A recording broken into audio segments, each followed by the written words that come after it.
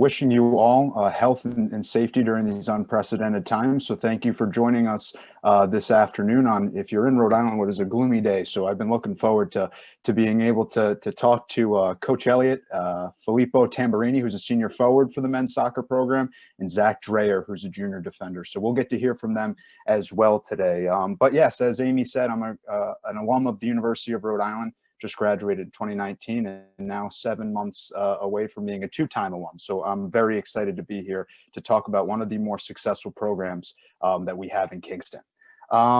As we kind of get going here, we get a couple more people arriving. If you want to get active a little bit, put in the chat down below at the bottom of your screen. Maybe what brings you here, right? Something that you love about the University of Rhode Island. If you're an alum, what year did you graduate? And maybe something you like about the soccer team, right? There's been a lot of success here, so let's see that chat start to get used here, so we can get familiar with that, because we're going to need some questions from you guys later on in the program as well. To start us off too, as we're doing that, I'm also going to start with a couple of trivia questions. This way we can kind of again get engaged and get familiar with one another. And the winners of these are going to get some prizes too. From Amy's going to help us out with that, so that'll be really exciting. So I'm going to call them rapid fire trivia questions. I'm just going to ask them. The first one to get the answer in the chat below is going to walk away or get sent a prize today. First one is, what year was the University of Rhode Island founded? If you know that answer, feel free to drop it into the chat. And the first one that gets that question right will get a prize. Let's see if anybody has got active here yet. I haven't got any on that one. Let's try a different one here. This is a soccer related question. How many Atlantic 10 postseason championships have the men's soccer team brought home to Kingston? Does anybody know that one? I actually got a call this morning from Coach Elliott to make sure that I emphasize postseason, because the program has a pretty colorful past in both regular season and postseason titles, but we're looking specifically for postseason. And the last one I got for us here is, how many of the team's 8 Atlantic 10 postseason championships has Coach Elliott been a part of? If you know that one, feel free to drop that into the chat. Maybe those will come up as we go, the answers. And if you hear an answer in the remainder of the program, feel free to drop them in, and we can get you a prize as well. But again, this is a great time to kind of hear from. Looks like Garrett has put a answer in. All of them, he is the best 6. No, actually, unfortunately, no. The 2 of those answers wrong, Garrett. But let's see if we got Chris. 8 postseason championships. Yes. All right. So Chris is getting a prize. Good. So that was a good way to get us all started. But there were a couple more questions asked too. So if you have any other answers as we go, that'll be great. Oh, did I say it? Maybe I did say it. I'm not sure. Anyway, let's keep the ball rolling here. I'm going to let Coach Elliott now take it away as he highlights some things about his program, and we'll get to hear from the student athletes later on as well. But Coach Elliott, why don't you welcome us all? Thanks so much, Stone. I appreciate everybody tuning in today. It is a little dreary day here in Kingston, or as we would say back in the homeland, it's a sunny day in Belfast. But, I really appreciate everybody's support in tuning in today. And throughout the years for our men's soccer program, obviously we couldn't have the success that we have without all of your support. So I really appreciate the interest that you're taking in our program and joining in today for an update on where we are as a program and some of the challenges that we've had during COVID here. Obviously, early on in the year, we started having some challenges with the virus, and we stopped training early in March. In terms of recruitment, most of our recruiting had been done at that point, but we certainly were concerned. We have a very diverse roster, and we were concerned about some of the international student athletes that were traveling over, whether they would get to travel over or not. There was embassies that were closed, challenges that we had there in getting people into the country in time, and then, as it's referred to as hotspot states, we were concerned with some of our domestic players that were traveling in from hotspot states as to, what that would look like come September and the start of the school year. One of the things that we do with our men's soccer program, anytime that we're sending out a schedule, an itinerary, some sort of program, is that we put in bold with an asterisk, subject to change. And I think in the last, 6 to 9 months, I think everything has been subject to change. So we're taking everything one day at a time. Obviously, we're coming off back-to-back A10 championships, something that we're extremely proud of, but something that we want to continue to grow and improve upon. Expectations for the program will remain the same. Have great success on the field, continue to win championships and get championship rings. The guys certainly like designing those. Do extremely well in the classroom. And I know sometimes from an outsider's point of view, a lot of it comes down to wins and losses and championships. I can assure you, regardless of the amount of success that our program has had in the past few years, that they have excelled what they're doing on the field, off the field, in the classroom. Academically, I think last semester our team GPA was above a 3.6. And the graduation level of our guys is fantastic. A lot of them are actually graduating, get on to get master's degrees, whether it be the MBA program here at URI or elsewhere. So fully committed to their academics and really great representatives of the University of Rhode Island. What we have been doing come September, so we were able to get most of our student athletes into the country and training. Starting in September, we started with some small group training. Our doctors on campus here took a really safe approach to keeping everybody safe and healthy through this pandemic. And we started off training in groups of 5. So as you can imagine, there was a lot of small group training, a lot of 2v2s. I think Pipo and Zach are smiling right now. There's a lot of tiring small group sessions out there, kicking one another. I see Dom Richter, who's on our call here, is a former captain as well. Hey, Dommy. So you can imagine what that was like for 2 weeks training in groups of 5. So we had to keep the group stable and follow all the guidelines that the university and local government gave us. After that, after 2 weeks, we were able to get up into training in groups of 10, which, we can do a little bit more with more numbers. Unfortunately, yours truly had to step into a few sessions to bulk up the numbers a little bit. Not quite as quick as I was, Jim Cook, but certainly, enjoyed getting out there with the guys a little bit anyway. And then a couple of weeks after that, we were able to get up into groups of 15 for our training.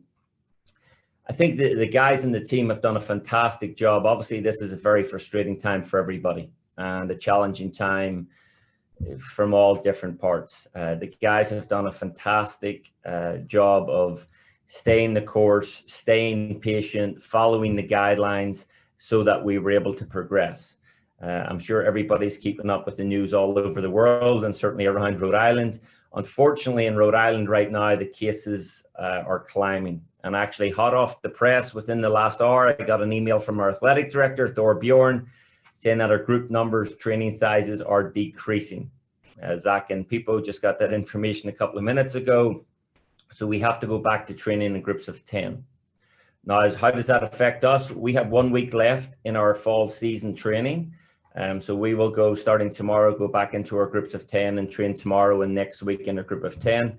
And then after that, our team will be going back home for Thanksgiving break. The plan right now, and again, I have to emphasize, subject to change, is to bring our student athletes back early in January.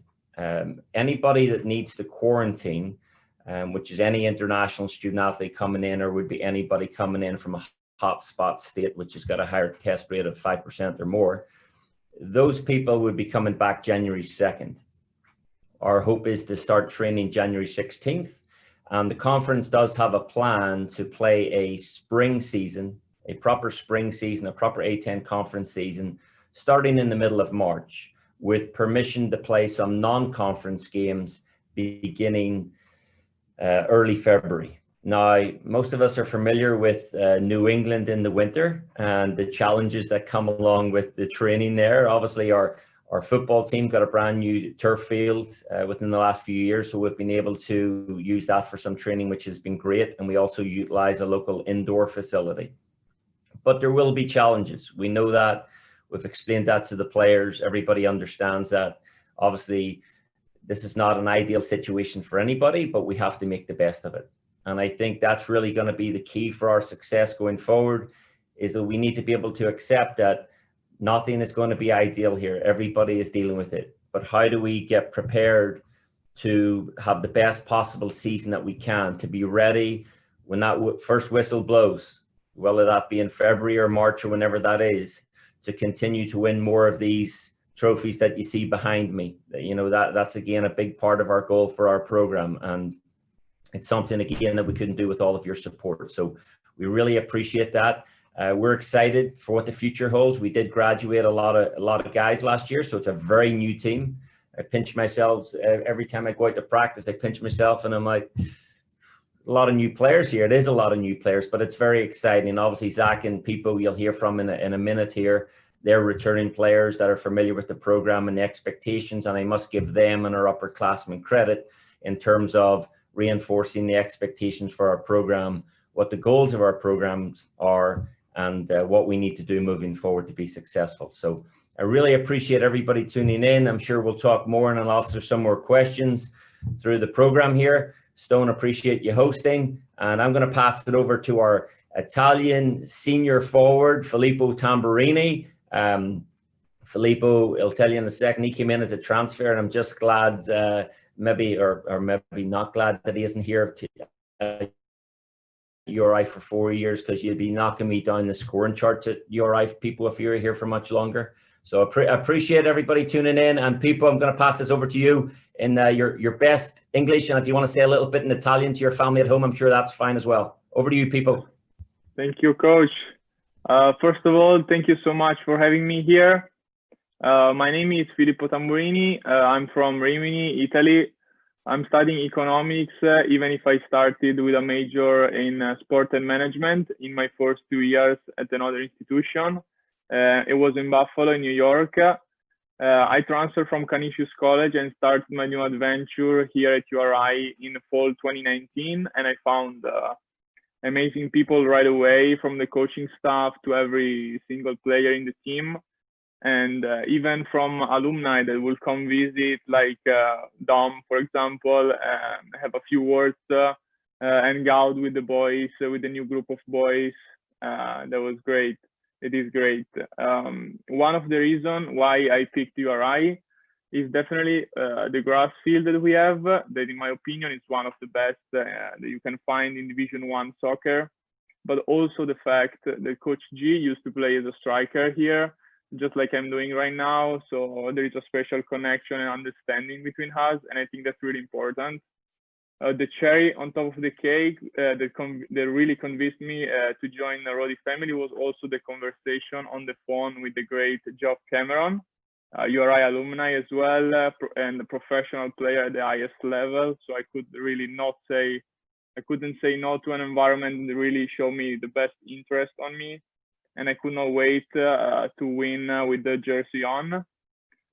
Since the start of my journey, I had many good memories. In particular, one of the best that I will never get out of my mind is the emotion that I felt when the referee blew the whistle at the end of the game against Dayton, when we won the 1-0, the A10 championship final. And another one, more personal, but still very special, is the goal that I scored against Syracuse in the NCAA tournament game that gave us the lead. But now, with that being said, our goal for the future and upcoming season stays the same. As Coach rightly said, even with a new team, we will have the same expectation. We want to win. We want to defend the titles that we earned in the last 2 consecutive years. We have a much younger group, but I think that if we stick together as a team and everyone gets on the same page, we can do well. We just have to keep up the hard work that we are doing every day on the field to prepare for the spring season, hopefully, and beyond. For me personally, I have a dream to reach the 30 goals totally in Division 1 college soccer, as I only need 6 more with the 9 from the last season. And I also can't wait to start the Master of Business Administration here at URI Graduate School, starting in January, which is another positive and exciting challenge for me that is waiting for me, elevating even more my great experience here at URI that makes me and my family really, really proud. That's it from me. I want to pass the word to my friend, teammate and current housemate, Mr. Zach Dreyer. Thank you so much again, and go Rory. Hi everyone. So as people said, I am his roommate. We get along very well. I'm the best cook in the house. I just want to point that out. So I'm from Buffalo, New York. So right now I'm studying biological sciences, and it's very complicated, but I'm in the process of declaring a second major, and that's going to be in cell and molecular biology, and it's with a specialization in microbiology. And after I'm done here at URI, I'm hoping to eventually attend med school. So I'll be graduating in 2022. I'm a junior. I play right back, and I look back on this team, and I have a lot of very, very positive memories. So I find it very hard to choose one in particular, but I've narrowed it down to two. So I actually think when we won the first A10 championship in 2018. That was my first time really winning something like that. Actually, I would say meant a lot to me. And I'll never forget, right after we won, they blew the whistle, and like people said, like, your mind, like you don't even know what to say. And it's absolute disbelief. And then, we're running around, Dom Richter has his Germany flag and everything, and then all of a sudden you hear Sweet Caroline come on in the background, and we all just start dancing in a circle. So, that was, it's a very fond memory of mine. But on a more personal note, we go back to last year, my sophomore season. We were playing it was the last game of the regular season against Davidson. And I was actually playing as a winger at the time.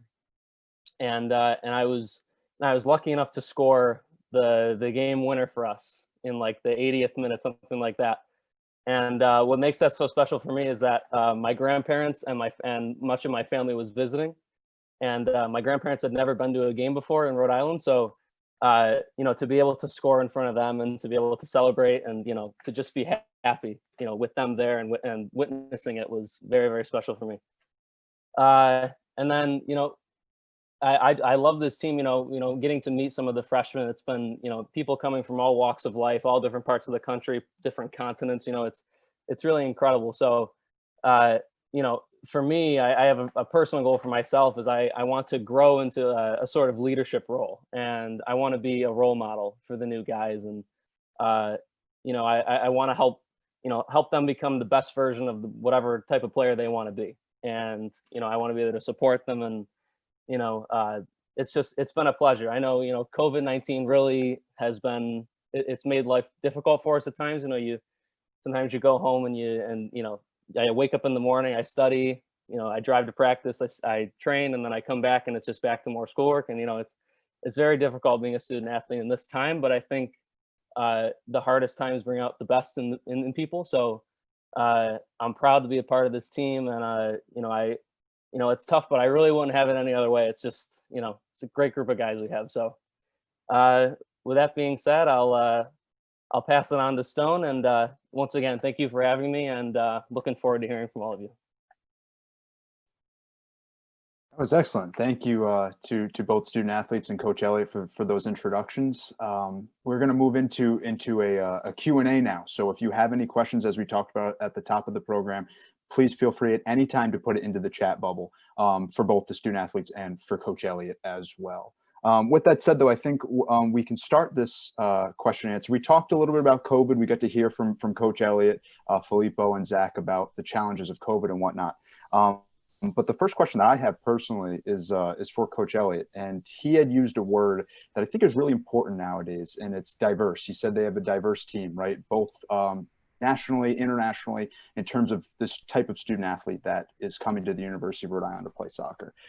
Coach Elliott, at this point, the climate of the world right now, how important, though, is that diverse locker room that you guys have? I think it's very important to hear different people's, views on life or politics. That's a hot topic right now. Religion, different things. I think it's great. I think it's great to have an open conversation in practice, or, obviously we're not having too many bus trips right now because we're not playing, but the interaction that we have with each other and to hear different people's views. I think that one thing is very important today is to be able to accept that everybody doesn't have the same opinion. In fact, we have a funny saying in the soccer world that we use, Stone, the three things we don't discuss are religion, politics, and free kicks. Well, I mean, the reason is you talk to 10 different people to give you 10 different, perceptions of things. So, no, it's really important. We've always had a diverse group here with the URI men's soccer program, and we continue to have a diverse group. And I think it truly is a family, and everybody listens to each other. And we've had many conversations over the years. I mean, I remember last year we're on the road. Quick story down at St. Joe's, and we had some fiery competitors on the team. I won't mention the names, but we win the game 2-0, and there's two guys after the game getting on each other. I'm like, going on the road St. Joe's and getting a victory, Stone, isn't easy. It's a tough place to go down there. So we got this victory, and we sat down, and after the game, we didn't really talk about soccer. We just talked about, everybody has a different view on things. It's like the number 6. You sit down opposite someone, you put down the number 6 on the floor. Somebody sees a 6, somebody sees a 9. Nobody's wrong. So just trying to get everybody to understand we all come from different backgrounds and different upbringings and different views and thoughts. And to be able to accept that, I think we're in a time where there's too much divisiveness, too much hatred out there. We can't accept somebody else with a different opinion. We have an open book here at URI Men's Soccer. We discuss things, we talk about things, soccer related, not soccer related, and it's okay to agree to disagree. So it's the diversity will continue, and it's something I definitely love about the program. Excellent. Excellent. We do have a question in the chat, but before we get to that, I want to kind of direct the same question to both Zach and Filippo. You guys as student athletes, right? Just hearing your head coach kind of talk about the importance of diversity in your locker room. What does that mean to you guys? Either one of you guys can take that first. I guess I'll start. So, the one thing that I'll also never forget is, we usually in the pre-COVID world, we would always have preseason in right around early August. And, being an American, I had played with people that, with players that were from other countries, and, but most of them were living here. So, and they had lived here for most of their life. So, you don't really get the chance to really meet someone who's really from Europe. And when I first came to URI, and I met some of met some Norwegians, and met some Germans, it's just,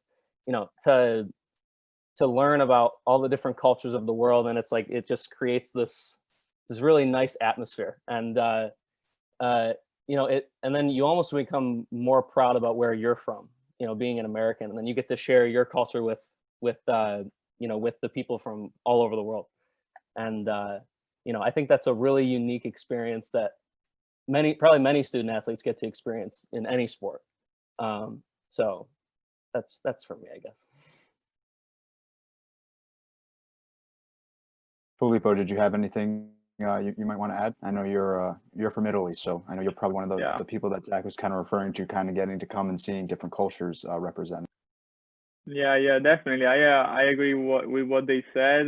For me, it was just a new, I always say that I'm a rebirth. I born again, because it's completely new world for me. But now I got used to it. But at the beginning, I was just starting from the language, because 4 years ago, I have to be honest, my English was not that good as it is right now, even if it's still okay. But it's amazing. Even if I'm from Italy, I wasn't able to meet many others European as well as I met here. So not only American people, but also Europeans and other view.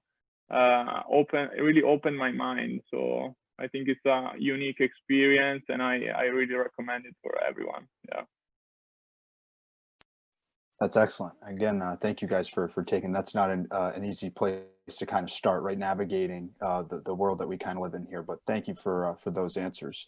We will go to the question though that was dropped in the chat, and it's directed for Coach Elliott about the spring season, right? The fall season that's tentatively in place to start in the spring. Will there be a schedule release? Maybe if you want to go over the specifics again of what the schedule will entail, non-conference versus conference, and so on. What is that schedule looking like right now, Coach?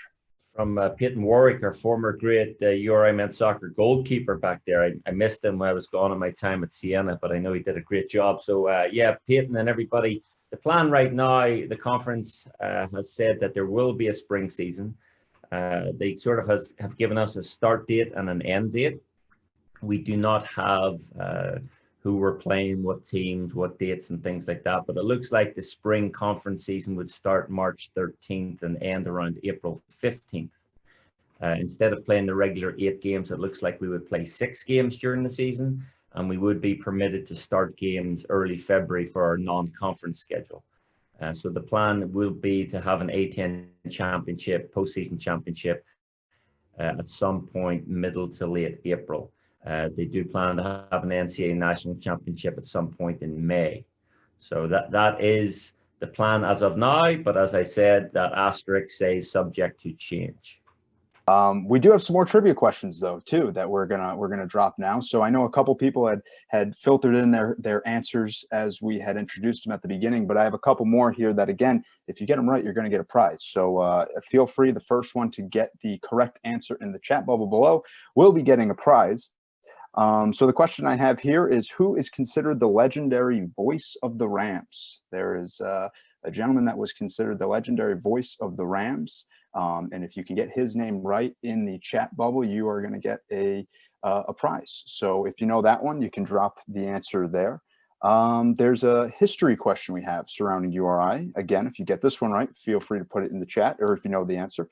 And it's Frederick D. Tuttle was hired in 1925 to coach which sport at the University of Rhode Island? He, of course, is the namesake of one of our athletics buildings on campus, Tuttle. So if you know what sport Fred Tuttle was hired, that'll be great. The answer Don called, that's incorrect. Don is one of the voices that you hear on Rhody Radio right now, but there is one voice that is considered the voice of the Rams, and that's the correct answer. The next one that came in from Chris, Jim Norman. Jim Norman is the legendary voice of the Rams. I Googled it. He says Don Caldo was the Jim actually approached Don to be the color commentator, and Don has held that position ever since. He is still the color commentator for men's basketball right now. So Jim Norman is, though, the voice of the Rams. Again, we don't have the answer though yet to what sport Fred Tuttle was hired. So if you have that one, you can drop that in the chat as well. We will continue here. Dom Richter says swimming. It's not swimming, unfortunately. Good answer though, but it is not swimming. We will continue though to move on here. So if you get the answer to that question, feel free to drop it into the chat. We'll continue to go with questions and answers too. So if you have cues, please go ahead and drop them into the chat. I'll take those as well. But we can continue this conversation. We'll head back over to the student athletes. They talked about it a little bit. We can see the hardware over Coach Elliott's shoulder. But these guys are A10 champs. They won the regular season and postseason titles last year. So I guess we could start with Zach, because he's been a part of 2 Atlantic 10 postseason championship teams. Zach, you kind of mentioned it, both you and Filippo, as the program has progressed here, but exactly how eager are you to really get back onto the pitch and defend these titles that you guys hold? That's a good question. So, you know, it's just like I wake up in the morning and it's like, you know, the one thing that you get as a break as a student athlete from, you know, schoolwork can get a little monotonous at times. And I think a lot of student athletes can relate to that. But, you know, soccer is the one thing that I look forward to every single day, and it gives me a bit of a break. So, you know, to answer your question, every single day, like I think, you know, I think about what the season will be like, and I just think of getting, you know, I keep my rings with me everywhere I go. So, you know, they sit on my desk and I look at them every single day. So it's just a reminder of what we work towards and why we do it and who we're playing for, and you know, I'm really excited. I'm like really eager to do so.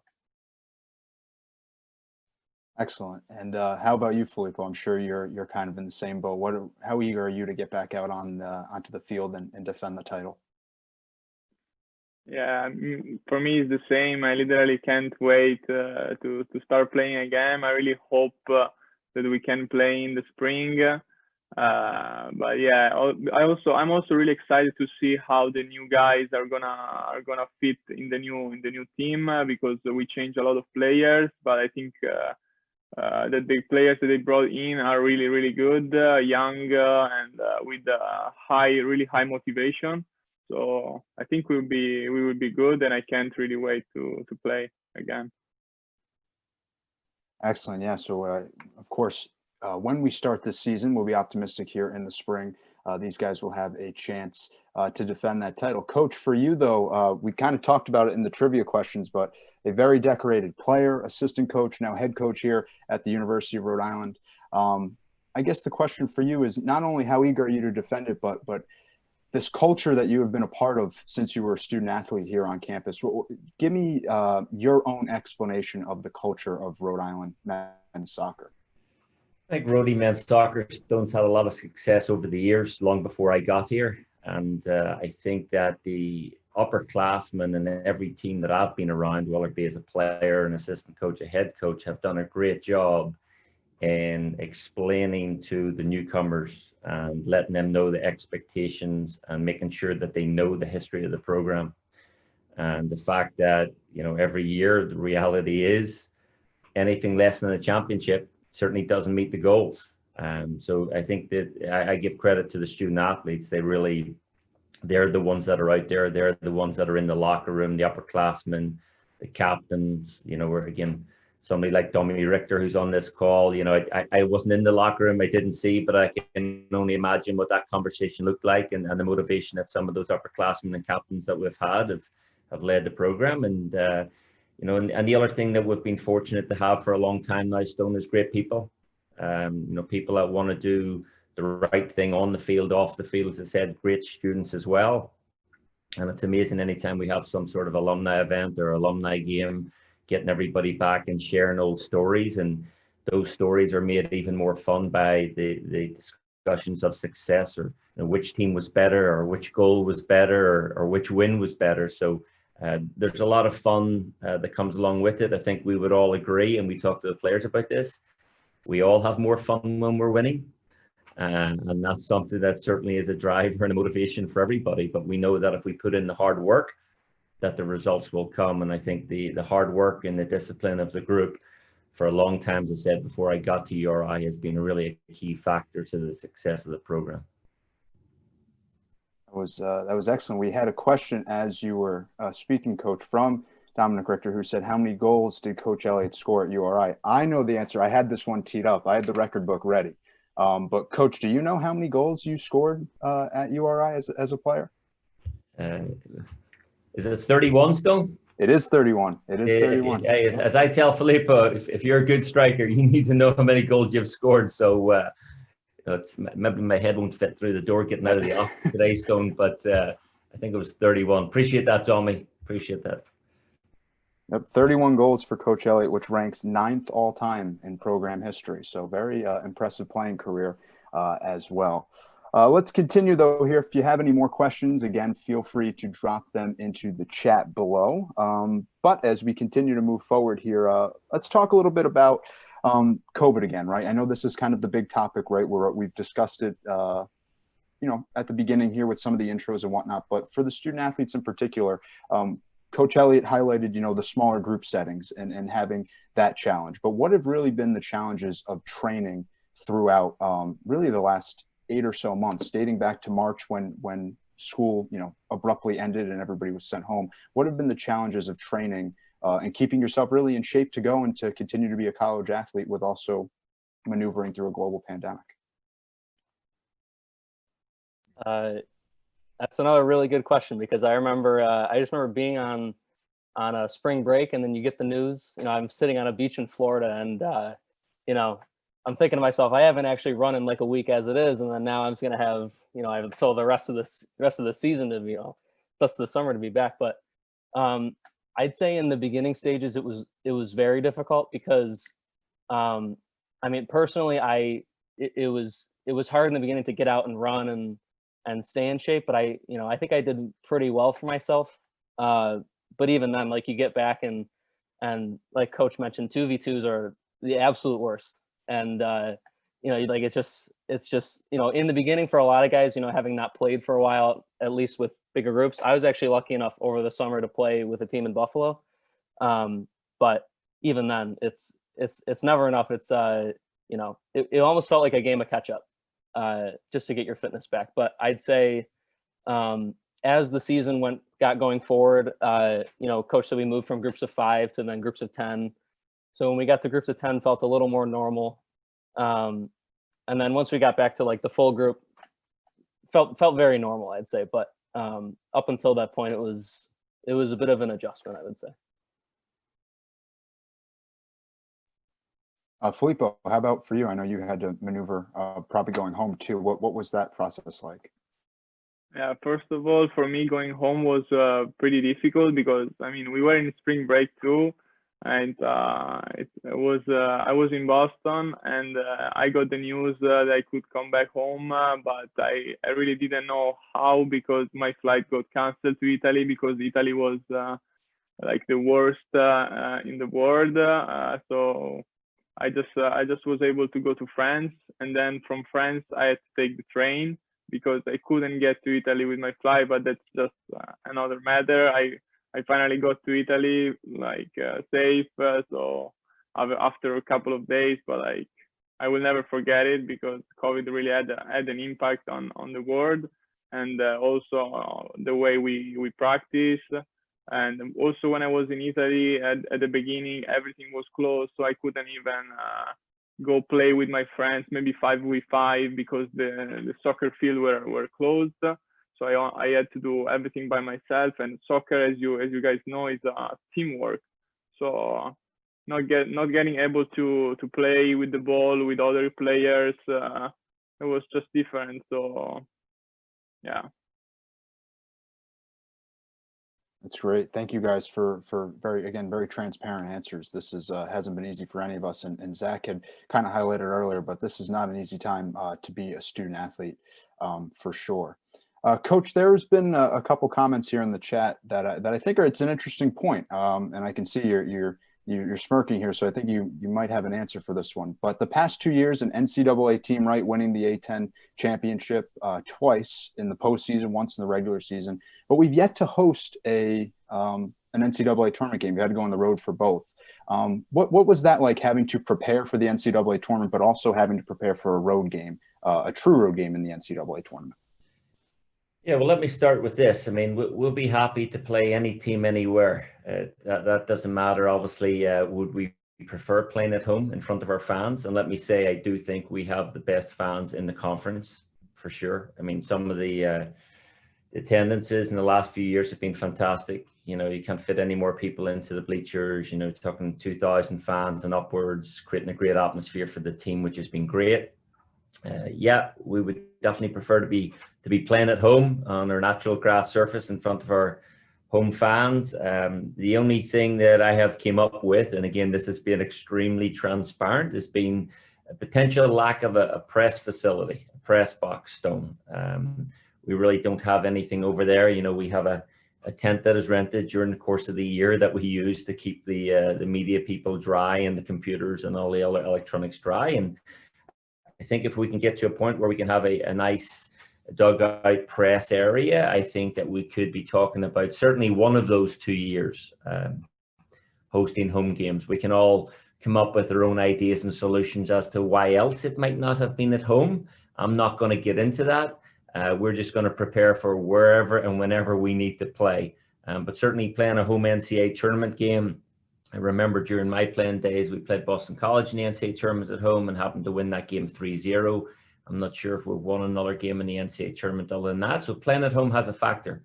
That's not to say we can't get the job done on the road, but yeah. So if anybody on here wants to build a nice, beautiful press box over there and see us playing at home in the NCAA tournament, feel free to reach out to me and put it in the chat. Excellent.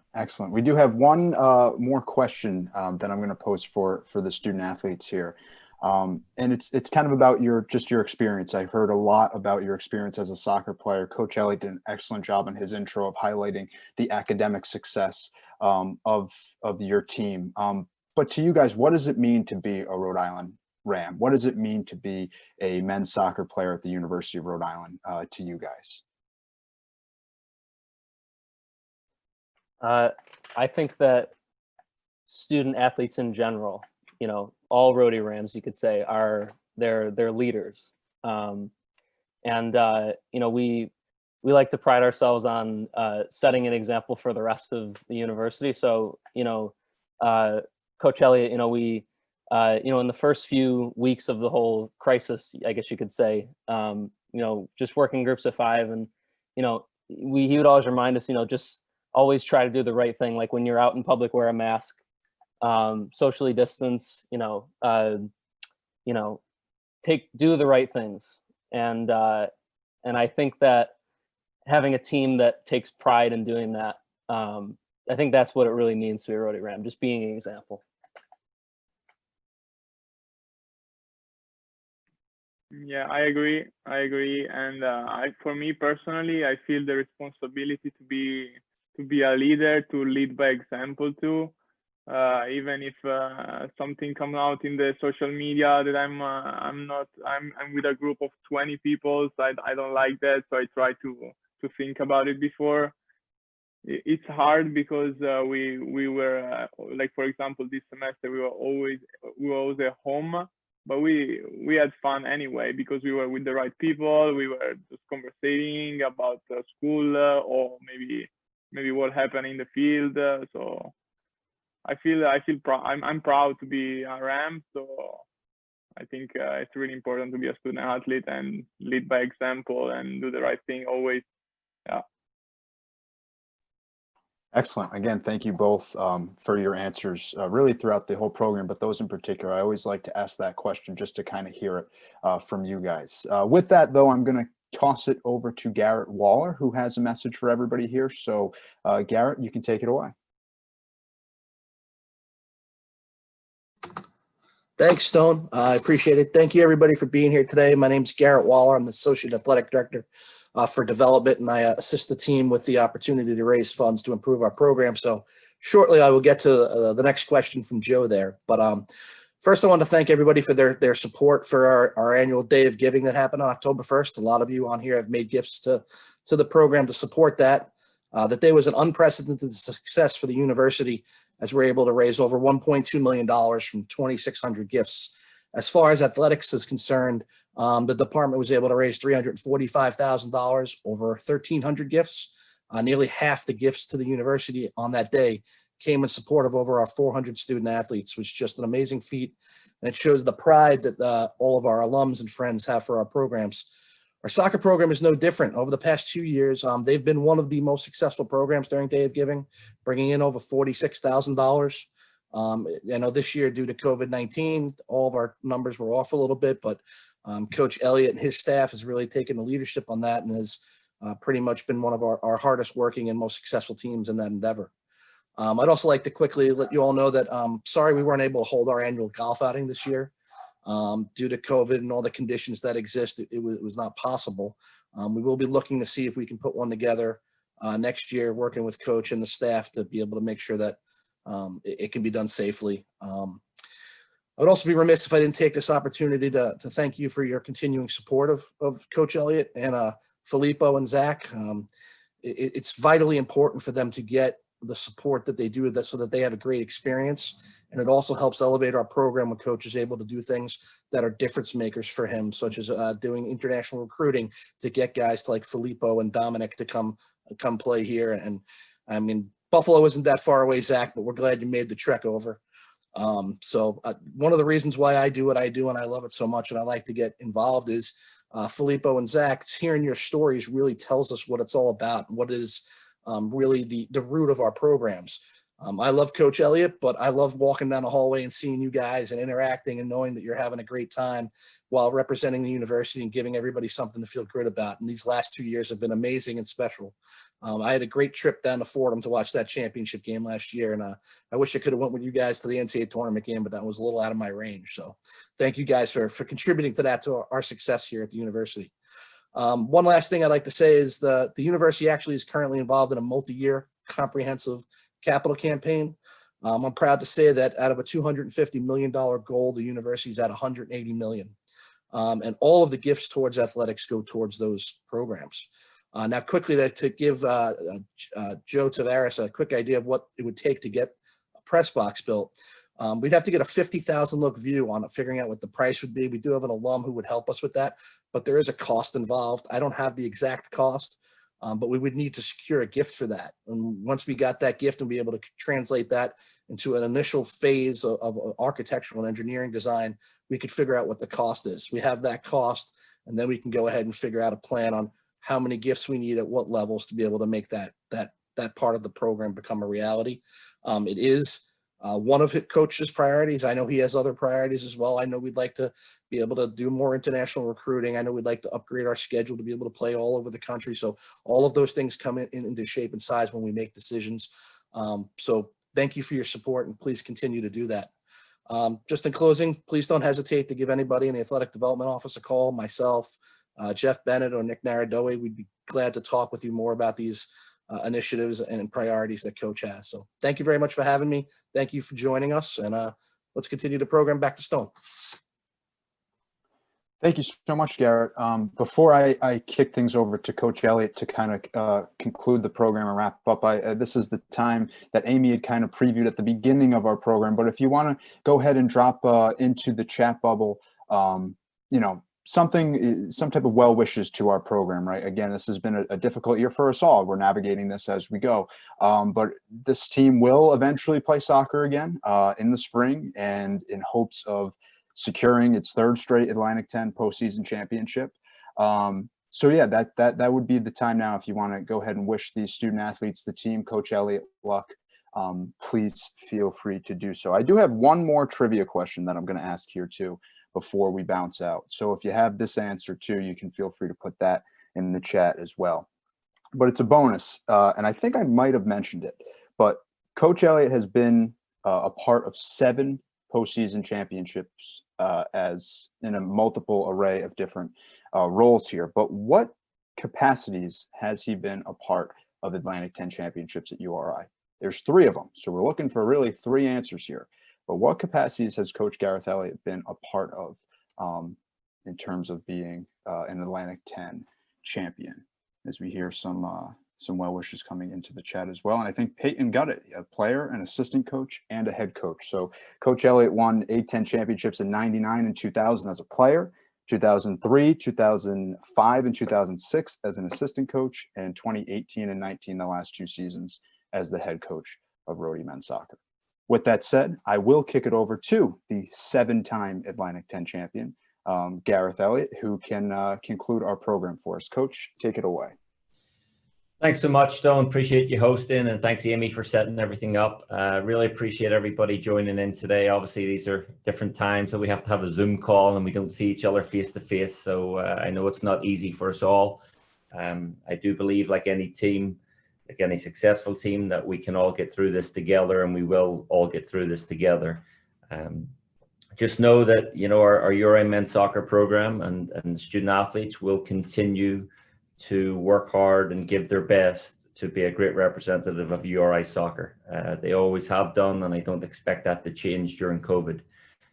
One thing I will note, and I will point out, one of our philosophies here at the program is we've had a lot of success on the field in the last few years and over the years, but I think it's even more important, and there's a lot of things more important than kicking a soccer ball, that these are the future leaders of, our state, our country, the world.